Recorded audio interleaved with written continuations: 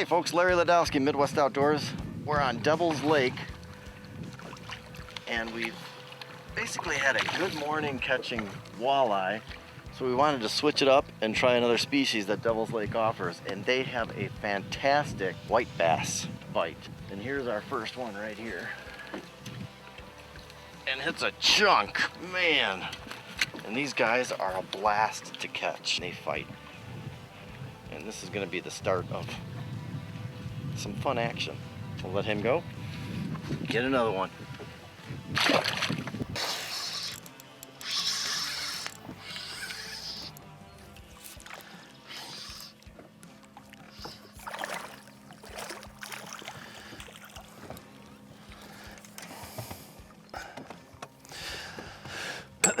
So what we're doing is we're just finding wind-blown shorelines, and this just happens to be a old tree row or where there's timber.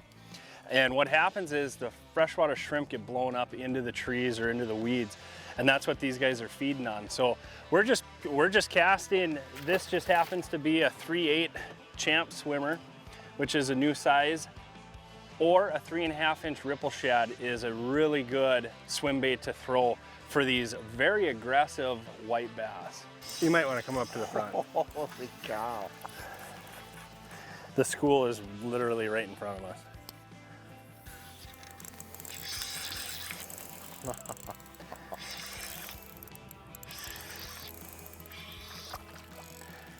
You dropping it down to the bottom too? Yeah, I'm just letting it hit the bottom and just kind of swimming it back. Huh.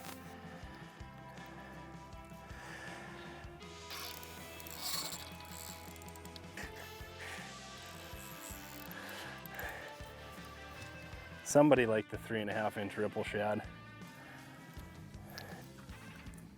A good one. Got him. There we go, doubled up. And you're right. All I did was let it go sink it down to the bottom, lifted it up, and boom, he was right on. I tell you folks, this guy knows this lake. Yeah, they act just like a bass. You reel them in slow and they'll definitely, the school will follow. But we just drove through all this behind me. You could see it's like, it goes up to like 5 feet to this little inlet pocket right here. And he took a couple casts in this area and said, yep, we're here. It's amazing. You know your body of water. Chunks. Come here, beautiful. A lot of fun to catch these. They're feisty and strong.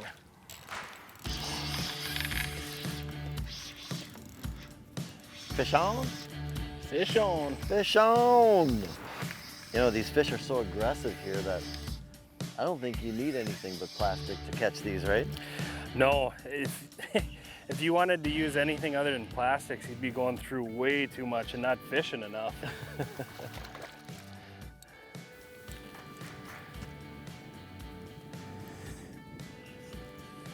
Well, the way they're making plastics these days, though, I mean, it's amazing that they mimic bait fish so well nowadays, and there's so many different varieties.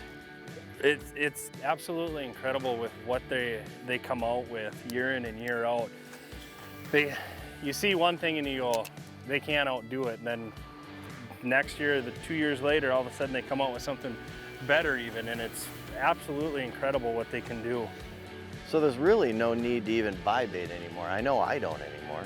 One thing you need to learn when you're fishing plastics is you need to constantly keep it moving. It's not a live bait. You and the rod have to do all the action on it to keep it to mimic that, you know, if it's a distressed minnow or if it's a regular minnow swimming.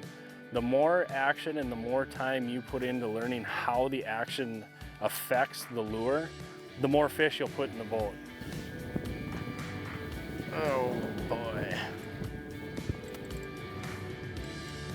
Come on up, sweetie. Nice.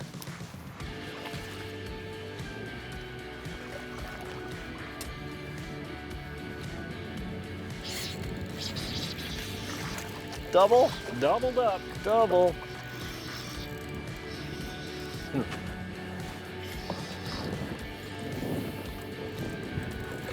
He just usually swings them at me. But I'll tell you what, with that, it's getting to be that time. My stomach's growling. How about yours? I'm getting hungry too.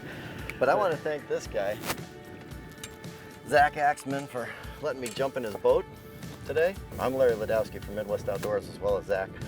We'll catch you later.